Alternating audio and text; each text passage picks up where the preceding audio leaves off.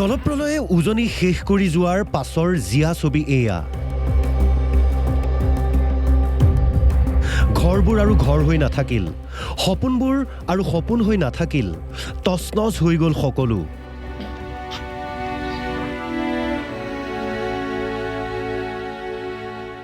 আপোনজনক হেৰুৱাৰ বেদনাই নহয়, আনুষ্ঠানিকতাও অতি বেদনাদায়ক। যোৰহাটৰ এলেংমৰাৰ তামুলী চুকৰ আইটিকৌ তামুলী নামৰ আইতাগৰাকীৰ ঘৰৰ বাৰাণ্ডাতে আজি কৰিবলগীয়া হৈছে তিলনি।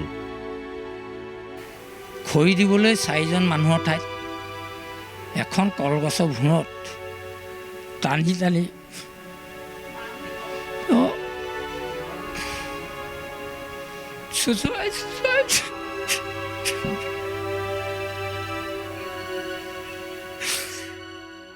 ঘৰৰ চাৰিওফালে পানী থকাৰ বাবে এনেদৰে ঘৰৰ বাৰাণ্ডাতেই তিলনি কৰিছে পৰিয়ালৰ লোকে।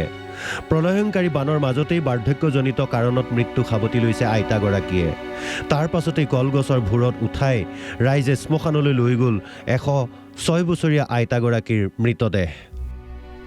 কিন্তু শ্মশানটো দূৰৰে কথা, এডোখৰ ওখ ঠাইৰো অভাৱ হৈছিল। যেনে তেনে এডোখৰ ঠাইতেই শেষকৃত্য সম্পন্ন কৰে আইতাগৰাকীৰ। কোনো ইয়াত ক'বলগীয়া একো ভাষাই নাই। আপোনালোকে নিশ্চয় চাগে পাইছেও, দেখিছেও, ইয়াত ক'বলগীয়া নাই আৰু। আজি গাঁওবাসী আৰু পৰিয়ালৰ লোকে সম্পন্ন কৰে আইতাৰ 3দিনীয়া কৰ্ম। এতিয়া আমি অৱশেষত মানুহগৰাকীয়ে কলত কোৱাৰ চৰ্তটো আপুনি ঘৰত আনি ৰাখিবহি নোৱাৰিলোঁ। খৰি দিবলৈ 4জন মানুহৰ ঠাইত এখন কলগছৰ ভূৰত টানি টানি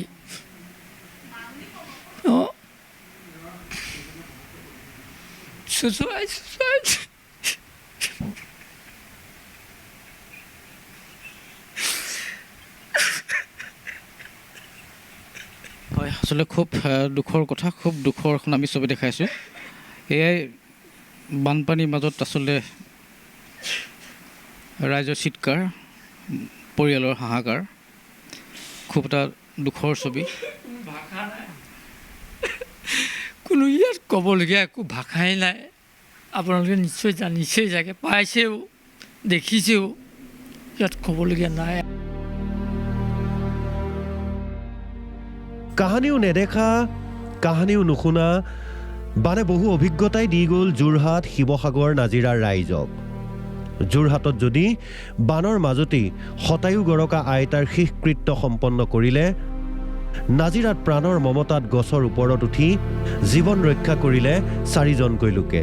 মোৰ সমস্যা আৰু সেইভাগে আমি তাৰমানে ভগৱানক চিন্তা কৰি থাকিলোঁ। 9 ঘণ্টাত গছত উঠি প্ৰাণ ৰক্ষা কৰিলে নাজিৰাৰ হোলাংকাটনি গাঁৱৰ এটা পৰিয়াল আৰু এজন লোকে। গাঁওখনৰ পৰাগ দুৱৰা আৰু তেওঁৰ পত্নী জোনমণি দুৱৰা আৰু পুত্ৰ ঋষিকেশ দুৱৰাই এজোপা গছত উঠি প্ৰাণ ৰক্ষা কৰাৰ লগতে একেখন গাঁৱৰেই প্ৰাঞ্জল দত্ত নামৰ লোকজনে নাৰিকলৰ গছত উঠি ৰক্ষা কৰিছিল নিজৰ জীৱন।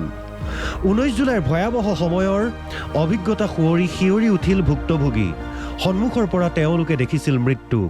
পানী আহোঁতে বস্তু বচাবলৈ চেষ্টা কৰিছিল যদিও পাছত চলিছিল নিজৰ জীৱন ৰক্ষাৰ যুঁজ। পৰাগ দুৱৰাৰ পৰিয়ালটোৱে বাইকৰ ঘৰৰ ছাদৰ ওপৰলৈ যাব বিচাৰিছিল যদিও পাছত আশ্ৰয় লৈছিল গছৰ ওপৰত। পৰিস্থিতি ইমানেই জটিল আছিল যে সকলো এৰি দিছিল ভগৱানৰ ওপৰত। তাৰ পৰা জীৱন মৰৰ সমস্যা আৰু সেইভাগে আমি তাৰমানে ভগৱানক চিন্তা কৰি থাকিলোঁ।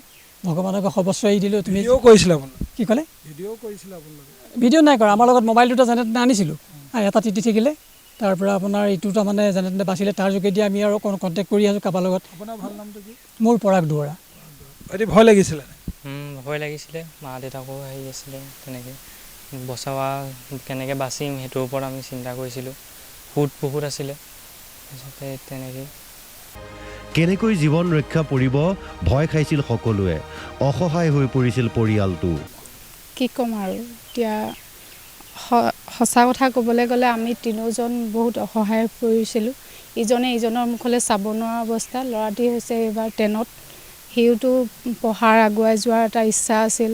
দেউতাকৰ চুগাৰ আছে, গতিকে তাকে চাই পিনি আমি যেতিয়া কঁপনি উঠে আমাৰ বহুত ভয়ো লাগিছিলে। এতিয়া মনত পৰিলে কেনেকুৱা ফিল হয়? এতিয়া বহুত ভয় লাগে। আজি এতিয়া বৰষুণ জাক দিয়া মাত্ৰকে এনেকুৱা লাগিছে যেন পানী আকৌ আহি যাব নেকি, তেনেকুৱা এটা মনত ভয় ভাৱ হৈছে।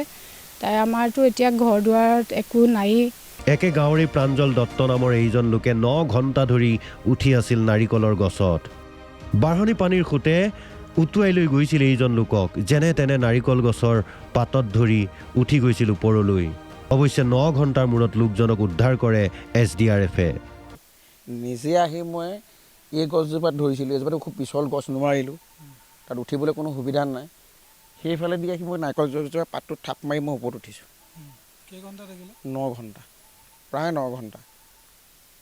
তাৰপিছত SDRF 5 বজাত আহিছে, তেওঁলোকে তুলিছে। এই দিনটোৰ কথা মনত পৰিলে, 9 ঘণ্টাৰ কথা মনত পৰিলে কেনেকুৱা লাগে? মৃত্যুৰ মুখৰ পৰা বাচি আহিছোঁ।